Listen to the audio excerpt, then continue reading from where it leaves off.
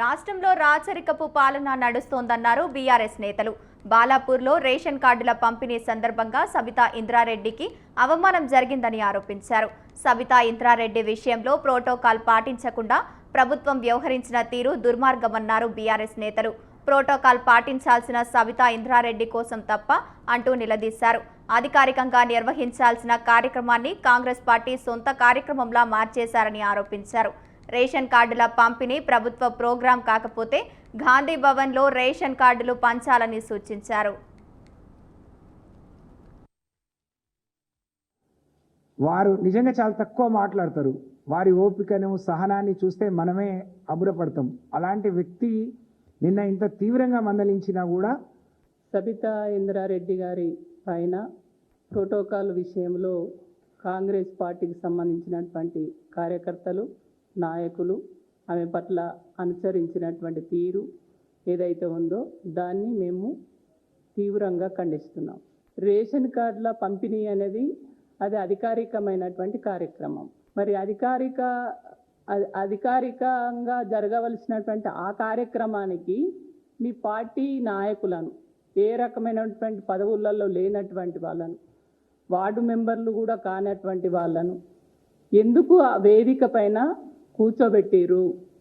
అదే ఒక ఎమ్మెల్యేగా ఉన్నటువంటి వాళ్ళను, ప్రజలతో ఎన్నుకోబడ్డటువంటి వాళ్ళను ఎందుకు మీరు గౌరవిస్తలేరు? వాళ్ళని ఎందుకు డయాస్ పైన ఉంచిరని అడిగినంత మాత్రాన మొత్తం వాళ్ళ పార్టీకి సంబంధించినటువంటి కార్యకర్తలందరూ కూడా ఆమె నిలదీసి ఎట్లా ఆమె సీనియర్ నాయకురాలు, హోమ్ మినిస్టర్గా చేసింది, 15 సంవత్సరాలు ఒక మంత్రిగా కొనసాగిరు, అనేక సందర్భాలలో ఎమ్మెల్యేగా ఉన్నటువంటి తనని మొత్తము అంటే ఒక మామూలు వ్యక్తిలాగా ఇట్లా ఏలు పెట్టి చూపిస్తూ ఉన్నారు. అది ఎవరి ముందర?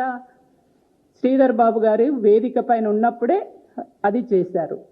అంటే వీళ్ళు ఏమనుకుంటున్నారు? మరి పోనీ అది అధికారిక కార్యక్రమం కాకపోతే మీ పార్టీ కార్యకర్తలను, నాయకులను అందరినీ కూర్చోబెట్టుకో. మరి పార్టీ కార్యక్రమంగా చేయాలని అనుకున్నప్పుడు గాంధీ భవన్లోనే పెట్టుకోవచ్చు కదా. గాంధీ భవన్నే నువ్వు అధికారికంగా అదే ఒక వేదికగా చేసుకొని అక్కడనే జరిపించుకోండి. ఎందుకు ఈ రకంగా ప్రోటోకాల్ని ఉల్లంఘిస్తున్నారు అనేది ఈ సందర్భంగా నేను అడుగుతున్నాను. గౌరవ శాసనసభ్యురాలు 3 సార్లు రాష్ట్రానికి మంత్రిగా పనిచేసినటువంటి వ్యక్తి సబితా ఇంద్రారెడ్డి గారి మీద కాంగ్రెస్ ముసుగులో ఉండేటటువంటి కొంతమంది గూండాలు, నాయకులు దాడి చేయడం, మాట్లాడడం అనేది ఈ రాష్ట్రంలో మహిళల పట్ల ఉండేటటువంటి గౌరవము ఏ పార్టీదో కాంగ్రెస్ ప్రభుత్వానికి అర్థమవుతా ఉంది. ఎందుకంటే స్వయంగా ముఖ్యమంత్రి మీటింగ్లోనే కనీసం వార్డ్ మెంబర్ కానటువంటి వాళ్ళన్నా మరి ఏ ప్రోటోకాల్ లేకుండా కూర్చుంటా ఉంటే మరి యథా రాజా తదా ప్రజ అన్నట్టుగా ఈ రాష్ట్రంలో పరిపాలన మంత్రులు అదే విధంగాను, అలాగే కాంగ్రెస్ నాయకులు సైతం ఆ మంత్రి మాటల్లో లేకోకుండా ప్రవర్తిస్తూ ఉన్నారు. సబితా ఇంద్రారెడ్డి గారు సహజంగానే చాలా సౌమ్యురాలు, చాలా సహనంతో ఉండేటటువంటి వ్యక్తి. అటువంటి వ్యక్తే ఈరోజు సహనం కోల్పోయి ఇక్కడ మరి రేషన్ కార్డు లబ్ధిదారులకు అన్యాయం జరగకూడదు అన్న ఒకే ఒక్క కారణంతో ఈరోజు మేము వెళ్తా ఉన్నాం.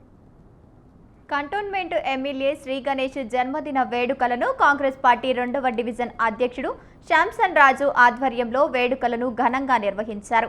సీఎం రిలీఫ్ ఫండ్ లబ్ధిదారులతో కలిసి బర్త్డే వేడుకలు ఘనంగా నిర్వహించారు. ఈ సందర్భంగా లబ్ధిదారులు మాట్లాడుతూ శాంసన్ రాజు సహకారంతో సీఎం రిలీఫ్ ఫండ్ ద్వారా మెరుగైన వైద్యం చేయించుకుంటున్నామని తెలిపారు. శాంసన్ రాజుకు ఎమ్మెల్యే శ్రీ గణేష్కు ప్రత్యేక ధన్యవాదాలు తెలిపారు. కంటోన్మెంటు నియోజకవర్గాన్ని అన్ని విధాలుగా అభివృద్ధి చేస్తున్నామని ఎమ్మెల్యే శ్రీ గణేష్ ఇలాంటి జన్మదిన వేడుకలు మరెన్నో జరుపుకోవాలని కోరారు. కంటోన్మెంట్ ఎమ్మెల్యే గారి జన్మదినం ఈరోజు మేము ఎంత సంతోషంగా ఉన్నామంటే అంత సంతోషంగా ఉన్నాం. కంటోన్మెంట్ రసూల్పుర వార్డ్ 2 అనేది పెద్ద స్లమ్. ఇక్కడ సీఎం రిలీఫ్ ఫండ్ అనేది లబ్ధిదారులతో ఈరోజు శ్రీ గణేష్ అన్న బర్త్డే చేసుకుంటున్నాము. చాలా సంతోషం అనిపిస్తుంది. శ్రీ గణేష్ అన్న ఆరోగ్యం, దేవుని ఆశీర్వాదం ఆయనకు చాలా ఉండాలా. ఇటువంటి బర్త్డేలు ఇంకా 100 చేసుకోవాలని చెప్పి నేను మనస్ఫూర్తిగా కోరుకుంటున్నా. ముఖ్యంగా ఈరోజు రసూల్పురలోనే పెద్ద స్లమ్ మాది. ఈ స్లమ్లా మేము దగ్గర ఒక 12 మందికి సీఎం రిలీఫ్ ఫండ్ ఇప్పించినాము. ఈ సీఎం రిలీఫ్ ఫండ్ ఇప్పించినందుకు వాళ్ళు చాలా సంతోషంతో ఈరోజు అన్న బర్త్డే ఉండే, అన్న లేడు, ఇలా ఢిల్లీలో ఉన్నాడు. అన్న ఉంటే ఇంకా సంతోషపడుతుండే మేము. అన్న ఢిల్లీకి వెళ్ళిండు కాబట్టి వీళ్ళందరూ నా దగ్గరకు వచ్చి బాగాలేకుండే హాస్పిటల్లో ఉంటే కొద్దిగా సీఎం ఫండ్ రిలీఫ్ ఫండ్ గురించి అని అన్న దగ్గరకు వచ్చినాను. రిలీఫ్ ఫండ్ ఇప్పించిండు, 60,000 దాకా వచ్చింది. అందుకే అన్నగారికి ధన్యవాదాలు. అండ్ అన్నగారు శ్రీ గణేష్ గారికి కూడా ధన్యవాదాలు చెప్పుకుంటున్నాం. అలాగే అన్నగారికి ఇదే సందర్భంగా బర్త్డే ఉందని సందర్భంగా శ్రీ గణేష్ సీఎం రేవంత్ రెడ్డిపై మాజీ BC commission chairman Vakulabharanam Krishnamohan మండిపడ్డారు. బీసీల రిజర్వేషన్ల సాధన కోసం అంటూ ఢిల్లీలో ధర్నా కేవలం ప్రచార ఆర్భాటం మాత్రమేనని ఆరోపించారు. ముఖ్యమంత్రి రేవంత్ కు బీసీ రిజర్వేషన్ల పట్ల చిత్తశుద్ధి లేదని విమర్శించారు. నిరసనలు, ధర్నాలతో బీసీలకు ప్రయోజనం చేకూరదని, రాజ్యాంగబద్ధంగా బీసీలకు రిజర్వేషన్లు కల్పించాలే తప్ప రాజకీయ హంగామా ఎందుకని ఆయన ప్రశ్నించారు. ఎందుకు ధర్నా చేస్తుందో తెలంగాణ సమాజానికి సమాధానం చెప్పాల్సినది. న్యాయబద్ధంగా మీరు సుప్రీంకోర్టుకు పోయి ఒక రిట్ ఆఫ్ మ్యాండమస్ వేస్తే రాష్ట్రపతి గారికి గడువు విధిస్తారు, బిల్లులు వెనక్కి వస్తాయి. మేడం గారు ఒప్పుకుంటారు, లేకపోతే రిజెక్ట్ చేస్తారు. దాని తర్వాత మీరు 42% ఎట్లా నిలబెట్టాలనే దాని మీద ముందుకు పోవాలి. మీరు వాళ్ళ ధర్నాల పేరిట ఎవరిని ఇబ్బంది పెట్టే ప్రయత్నం చేస్తున్నారు? మీరు పాలనంతా గాడికి వదిలేసి, తెలంగాణ అంతా ప్రజలను గాడికి వదిలేసి మీరు అక్కడ పోయి ధర్నా పేరిట ఒక ప్రచార కార్యక్రమం చేస్తున్నారే తప్ప ఇవాళ ఇది తెలంగాణకు న్యాయం జరిగేది కాదు. ఇదంతా కూడా ఏఐసిసి నాయకుల యొక్క మెప్పు పొందడానికి చేస్తున్నటువంటి ఒక రాజకీయ ప్రచార రాజకీయ రహస్య ఎజెండా తప్ప ఇది మరొకటి కాదు. కాబట్టి ఇవాళ దేశ రాజధాని ఢిల్లీ జంతర్ మంతర్లో కాంగ్రెస్ ప్రభుత్వము బీసీలకు 42% రిజర్వేషన్లు కల్పించాలి కేంద్ర ప్రభుత్వం అని అక్కడ మేము ధర్నా చేస్తామని అక్కడికి వెళ్ళారు. నిజానికి ఆ ధర్నా అవసరం లేదు. ఎందుకంటే రాష్ట్ర ప్రభుత్వము 42% ఇక్కడ ప్రకటించిన తర్వాత దాన్ని నువ్వు అమెండ్ చేసి దాన్ని ఏ విధంగా నువ్వు ఏబిసిడీలకు కేటాయిస్తున్నావో అది చెప్పి దాన్ని ఒక రాజ్యాంగబద్ధంగా నువ్వు అమలు పరిచినట్టయితే నీ కేంద్ర ప్రభుత్వం దాకా పోయే అవసరం లేదు. కేంద్ర ప్రభుత్వము దీన్ని అమలు చేయాలంటది, 9 షెడ్యూల్లో దాన్ని చేర్చాలంటారు. ఏదైతే ఇంపాసిబుల్ కాన్స్టిట్యూషన్లో చేర్చడం అనేది సాధ్యం కాదో అది కావాలంట. ఎందుకంటే కేంద్ర ప్రభుత్వం దీన్ని ధిక్కరిస్తుంది. ఈ ఏదైతే సాధ్యం కాని విషయము వాళ్ళు అడుగుతున్నారో దాన్ని వీళ్ళు కేంద్ర ప్రభుత్వం ఒప్పుకోదు. అప్పుడు ఏమంటారు, రేవంత్ రెడ్డి మేము కేంద్ర ప్రభుత్వం దగ్గర ఈ విధమైన డిమాండ్ పెట్టాము బీసీల రిజర్వేషన్ గురించి. అసలు విషయం చెప్పరు ఆయన. కేవలం రిజర్వేషన్ల విషయంలో మేము అక్కడ వాళ్ళ ముందు పెట్టాము, వాళ్ళు దీన్ని తిరస్కరించారు, అందువల్ల మేము ఏం చేయలేము అని ఇక్కడికి వచ్చి మేము ఇన్ని కోట్ల ఖర్చు పెట్టి ఎంతమంది దగ్గర ధర్నా చేసినాము, కానీ బీసీలకు ఎటువంటి న్యాయం జరగలేదు. 2 ఏళ్ల నుంచి ఢిల్లీ మాజీ ఆరోగ్య శాఖ మంత్రి సత్యేంద్ర జైన్ను సిబిఐ విచారణ చేయగా చివరకు ఫేక్గా తేలిందని ఆమ్ ఆద్మీ పార్టీ రాష్ట్ర కన్వీనర్ దిడ్డి సుధాకర్ అన్నారు. హైదరాబాద్లోని ట్యాంక్ బండ్ అంబేద్కర్ విగ్రహం వద్ద మౌన దీక్షకు చేపట్టారు. ఎన్ని రోజులకైనా న్యాయమే గెలుస్తోందని ధీమా వ్యక్తం చేశారు. ఆమ్ ఆద్మీ పార్టీ నేతలు ఎప్పటికైనా తలొగ్గరని, న్యాయం వైపు ఉంటారని మరోసారి నిరూపించామన్నారాయన.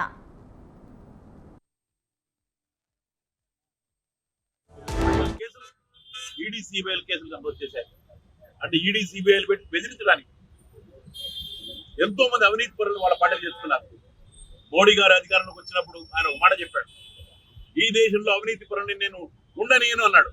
మేము అనుకున్నాం అవినీతి పరులందరినీ అరెస్ట్ చేస్తాడు, కానీ అవినీతి పరులందరినీ కూడా బెదిరించి ఆయన పార్టీలు చేర్చుకున్నాడు.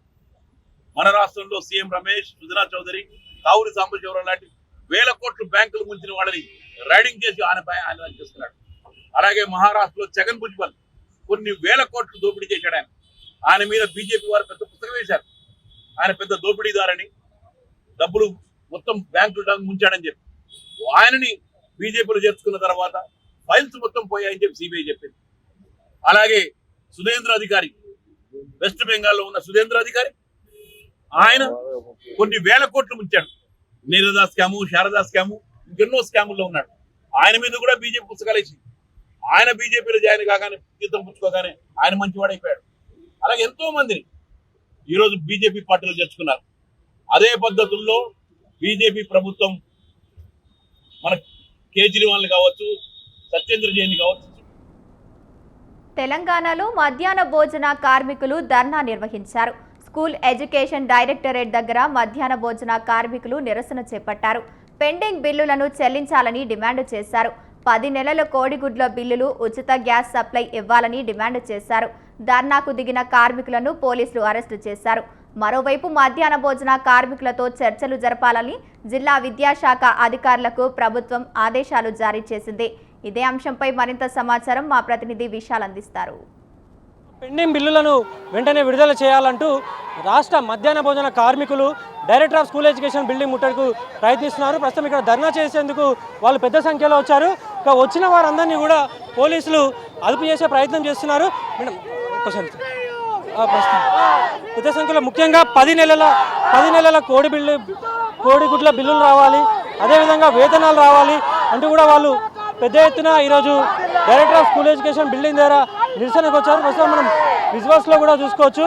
రోడ్డు మీద కూర్చొని వాళ్ళు పెండింగ్ బిల్లులు, వేతనాలు వెంటనే విడుదల చేయాలి, అదేవిధంగా ఎన్నికల్లో ఇచ్చిన హామీ మేరకు కూడా ఆ సమస్యలను పరిష్కరించాలంటూ ఇక్కడ మధ్యాహ్న భోజన కార్మికులు నిరసన వ్యక్తం చేస్తున్నారు. రైట్ అన్న చెప్పండి, ఇది ప్రధాన డిమాండ్ ఏందన్న? సార్, ఇక్కడ ప్రభుత్వం ఏర్పడి 18 నెలలు అవుతా ఉంది. మొదటిసారి సీఎం నేను సీఎం కాగానే మధ్యాహ్న భోజన వర్కర్లకు పైన గవర్నమెంట్ 1000 రూపాయలు ఇస్తుంది, నేను 10,000 ఇస్తానని చెప్పి ఇప్పుడు సీఎం గారు చెప్పారు. 2 సంవత్సరాలు అవుతున్నాయి, ఇంతవరకు 10,000 రూపాయలు ఇవ్వట్లేదు. ఇప్పుడు కమిషనర్ ఆఫీస్కి కలవటానికి పోతే మమ్మల్ని పోలీసుల నిర్బంధంతో అడుగడుగున ఆపి అరెస్టులు చేస్తూ ఉన్నారు. జిల్లాల నుంచి వచ్చిన వారిని, ఆడవాళ్ళని చూడకుండా ఎక్కడ పడితే అక్కడ వారిని ఆఫ్ చేసి జిల్లాపాలు చేస్తూ ఉన్నారు. ఇది రాష్ట్ర ప్రభుత్వం మొండి వైఖరి నశించాలని చెప్పి మేము ఇప్పుడు తెలియజేస్తా ఉన్నాం. ఎంతమంది కార్మికులు ఉంటారు, వాళ్ళకి ఎన్ని నెలల బిల్లు రావాలి? సుమారు 20,000 మంది కార్మికులు ఈ తెలంగాణ రాష్ట్రంలో ఉంటారు. 20,000 మంది కార్మికులకు సంబంధించి ఏ ఒక్క స్కూల్లో కూడా సుమారు 4 నెలల నుంచి జీతాలు రావట్లేదు, బిల్లులు సరిగా పడట్లేదు. ఆ బిల్లులు తక్షణమే ఇవ్వాలని చెప్పి మేము ప్రభుత్వాన్ని కోరుతా ఉన్నాం. బిల్లులు రాకపోవడంతో ఎట్లాంటి ఇబ్బందులని మీరు ఎదుర్కొంటారు? హెచ్ఎం సార్ వేధింపులు ఆపాలి. హెచ్ఎం సార్ ఈ కూర పెట్టండి, ఆ కూర పెట్టండి, 3 సార్లు గుడ్లు పెట్టకపోతే గుడ్ల రేటు 7 రూపాయలు. మేము 7 రూపాయలు మాకు 8 రూపాయలకి ఇస్తాను, మీరు ఇచ్చేది 6 రూపాయలు ఇస్తాను. అక్కడ 2 రూపాయలు మేము లాసిపోతున్నాం. 25 సంవత్సరాల నుంచి చేస్తున్నాం. ఏ ఒక్క సీఎం కూడా మమ్మల్ని కనికరించట్లేదు. ఈ దిగి రావాలి, ఆ మాట చెప్పాలి. 10 ఇస్తానన్నా జీతాలు రావాలి, ఇంకా 5 నెలల జీతాలు రావాలి. మార్చి, ఏప్రిల్, జూన్, జూలై, ఆగస్టు వచ్చింది, ఇంతవరకు మాకు వేతనాలు లేవు. నెలకి 1వ తారీఖు 1,00,000 రూపాయలు జీతగాడికి అయితే 1వ తారీఖే పడతాయి. మాకిచ్చే 5 రూపాయలు అసలు ఎప్పుడు ఇస్తారో తెలియదు. జూన్లోనేమో సగం జీతం, మార్చిలో సగం జీతం. ప్రభుత్వంతో ముందే మనం మాట్లాడిరా? ఇంతకుముందే మాట్లాడి ఏమైనా ఇచ్చిరా? అధికారంలో వచ్చినప్పటి నుంచి వినతి పత్రాలు, మెమోరాండాలు మంత్రులకు ఇచ్చాము, అధికారులకు ఇచ్చాము, గ్రామ స్థాయిలో ఉన్నటువంటి అధికారులకు కూడా ఇచ్చాము. ఇప్పటి వరకు కూడా ప్రభుత్వం స్పందించలేదు. ప్రభుత్వం ఒక మాట చెప్పింది, వెంబడే మధ్యాహ్న భోజన కార్మికులకు గ్యాస్ అందిస్తామని చెప్పేసి అన్నారు, పెండింగ్ వేతనాలు ఇస్తామని చెప్పేసి అన్నారు, అదేవిధంగా గుడ్డు ఛార్జీలు పెంచుతామని చెప్పేసి అన్నారు, మెనూ ఛార్జీలు పెంచుతామని చెప్పేసి అన్నారు. ఇప్పటికి కూడా ఎలాంటి హామీని కూడా అమలు చేయకుండా ఈరోజు అప్పుల్లో నెట్టేటువంటి ప్రయత్నం ఈరోజు కాంగ్రెస్ ప్రభుత్వం చేస్తూ ఉంది. ప్రజాపాలనలో ప్రజాస్వామ్యాన్ని నడిపే పద్ధతిలో రేవంత్ సర్కార్ చేస్తలేదు. అందుకోసం ఈరోజు రాష్ట్ర వ్యాప్తంగా ఉన్నటువంటి మధ్యాహ్న భోజన కార్మికులు హైదరాబాద్ తరలిస్తూ ఉన్నారు. అర్ధరాత్రి నుంచే మహిళలను చూడకుండా, వృద్ధులను చూడకుండా అక్రమంగా అరెస్ట్ చేసి కుటుంబ సభ్యులను భయభ్రాంతులకు గురి చేస్తూ ఉన్నారు. ఈ అక్రమ అరెస్టులను కూడా సిఐటి తెలంగాణ రాష్ట్ర కమిటీ ఖండిస్తూ ఉన్నాయని చెప్పేసి కూడా ఈరోజు ప్రభుత్వానికి హెచ్చరిస్తూ ఉన్నాం. తెలంగాణ వ్యాప్తంగా దాదాపు 20,000 మంది పైగా మధ్యాహ్న భోజన కార్మికులు ఉంటాము. 10 నెలలకు సంబంధించి కోడిగుడ్ల బిల్లులు రాలేదు, 5 నెలల నుంచి కూడా జీతాలు లేక తాము ఇబ్బందులు పడతామంటూ మధ్యాహ్న భోజన కార్మికులు తెలియజేస్తున్నారు. ప్రస్తుతం రోడ్డు మీద కూర్చొని వాళ్ళు నిరసన వ్యక్తం చేస్తున్నారు. కెమెరామెన్ శ్రీనివాస్తో విశాల్, స్వతంత్ర న్యూస్. పోలీసుల విధులకు ఆటంకం కలిగించిన ఓయూ విద్యార్థులను అరెస్టు చేసి కోర్టుకు పంపించారు ఉస్మానియా యూనివర్సిటీ పోలీసులు. శనివారం రాత్రి కొంతమంది విద్యార్థులు ఠాగూర్ ఆడిటోరియం వద్ద మద్యం సేవించి పోలీసులపైన బూతులు తిడుతూ వీరంగం సృష్టించారు. వీరంగం సృష్టించిన నాన్ బోర్డర్ విద్యార్థులను అరెస్టు చేసి కోర్టుకు పంపించామని ఏసీపీ జాన్ తెలిపారు. బయటి వ్యక్తులను ఉస్మానియా యూనివర్సిటీ క్యాంపస్లోకి వచ్చి ఎలాంటి కార్యక్రమాలు నిర్వహించకూడదని హెచ్చరించారు. నిలయం చదువుల తల్లి ఇక చూడాలని చెప్పి మీ అందరిని కోరుతున్నా. ఇది ఒక పొలిటికల్ అడ్డా కాదు, ధర్నా చౌక్ కాదు, పిక్నిక్ స్పాట్ కాదు. మీ అందరికి కూడా, మిగతా వాళ్ళందరికీ కూడా హెచ్చరించడం జరుగుతుంది.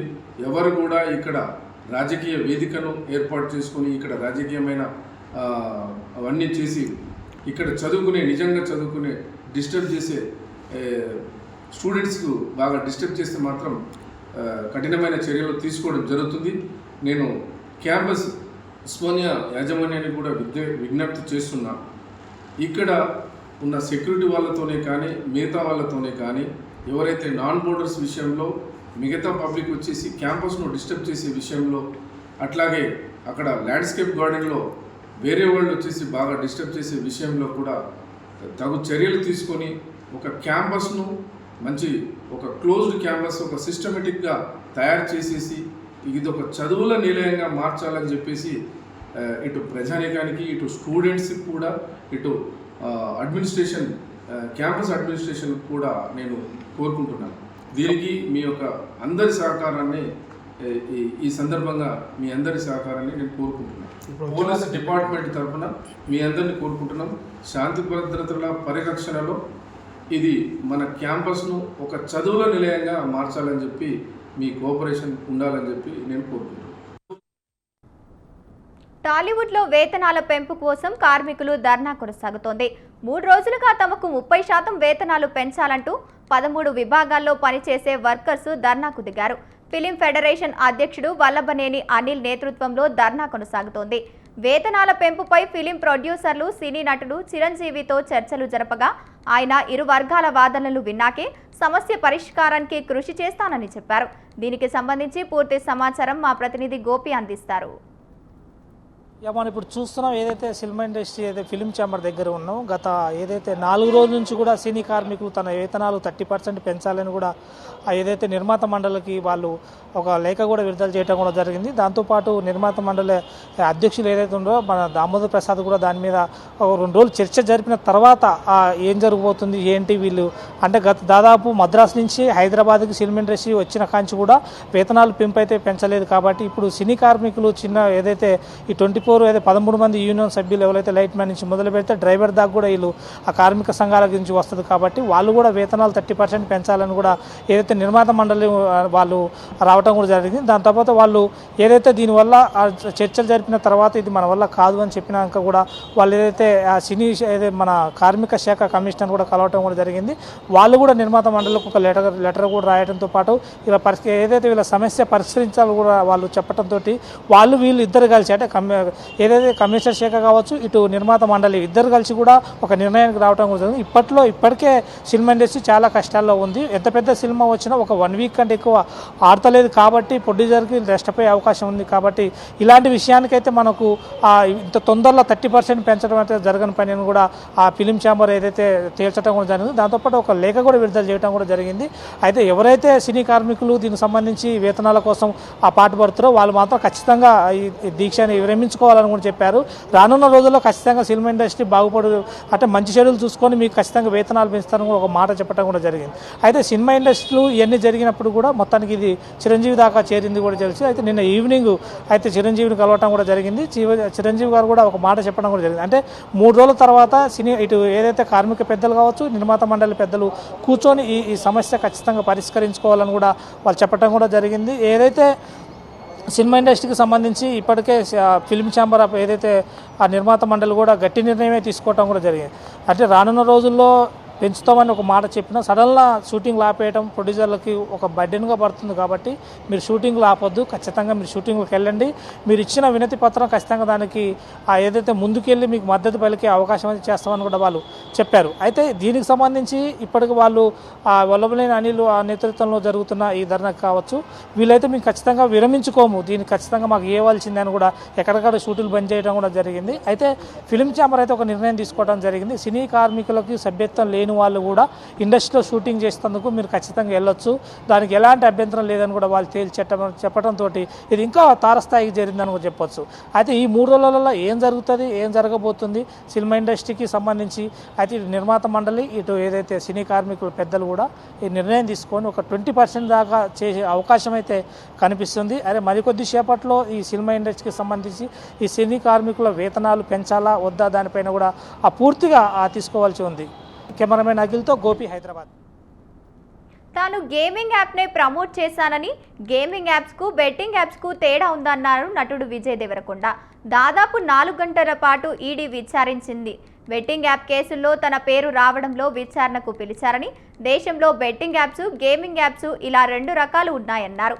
తాను A23 అనే గేమింగ్ యాప్ను ప్రమోట్ చేశానని క్లారిటీ ఇచ్చారు Vijay Deverakonda. Betting apps investigation తప్పకుండా నడుస్తుంది. వాళ్ళకు కూడా తెలియదు మన పేరు ఎందుకు వచ్చిందో, బట్ మన పేరు వచ్చినందుకు వాళ్ళు వెరిఫికేషన్ చేసుకొని వాళ్ళు డెలిజెన్స్ తీసుకోవాలి. మనం చేసింది గేమింగ్ యాప్స్కి ఎండోర్స్మెంట్. గేమింగ్ యాప్కి బెట్టింగ్ యాప్కి అసలు సంబంధమే లేదు. గేమింగ్ యాప్స్ అనేటివి completely legal, recognised by the government, licensed as a business. ఇవన్నీ రిజిస్టర్డ్ గేమింగ్ యాప్స్. ఇవన్నీ మన ఇండియన్ క్రికెట్ టీమ్కి స్పాన్సర్, మన ఇండియన్ ఒలింపిక్స్ టీమ్కి స్పాన్సర్, మన ఇండియా ఉమెన్స్ క్రికెట్ టీమ్కి స్పాన్సర్, ఐపీఎల్కి, ఎన్పిఎల్ ఒకదానికి అఫీషియల్ స్పాన్సర్, వేరియస్ కబడ్డీ లీగ్కి, వాలీబాల్ లీగ్కి అన్నిటికీ వీళ్ళు స్పాన్సర్ చేస్తారు. ఎందుకంటే these are completely legal entities. కానీ మన పేరు వచ్చింది కాబట్టి కొన్ని క్లారిఫికేషన్స్ అడిగారు. ఆ clarification account details, transaction details ఏంటి ఆ కంపెనీ అవన్నీ పంపించేసినాము. గేమింగ్ యాప్స్ కి సంబంధం లేదని, గేమింగ్ యాప్స్ చాలా రాష్ట్రాల్లో లీగల్ అన్నారు. గేమింగ్ యాప్స్ కి జీఎస్టీ, ట్యాక్స్, అనుమతులు, రిజిస్ట్రేషన్ ఉంటాయన్నారు. తన బ్యాంకు లావాదేవీలను వివరించాలని ఈడీకి సమర్పించారు. తాను ప్రమోట్ చేసిన A23 యాప్ తెలంగాణలో ఓపెన్ కాదని చెప్పారు. తాను లీగల్ గేమింగ్ యాప్ని మాత్రమే ప్రమోట్ చేశానని, సంబంధిత కంపెనీతో తాను చేసుకున్న ఒప్పందం వివరాలు ఈడీకి వెల్లడించానని తెలిపారు.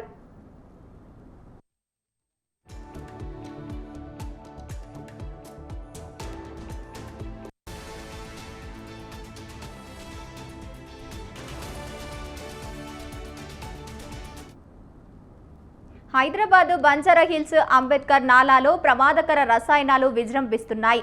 నగరం నడిబొడ్డున ఉన్న తాజ్ బంజారా చెరువులోని ప్రవహిస్తోంది. బంజారాహిల్స్ రోడ్ నంబర్ 10లోని నూర్ నగర్ నుంచి డ్రైనేజీ వరద నీరు లైన్లలో కలుషిత జలాలను ప్రవహిస్తున్నాయి. ఎరుపు రంగులో నాలాలో నీటి ప్రవాహం ఉండటంతో జనం తీవ్ర భయభ్రాంతులకు గురవుతున్నారు.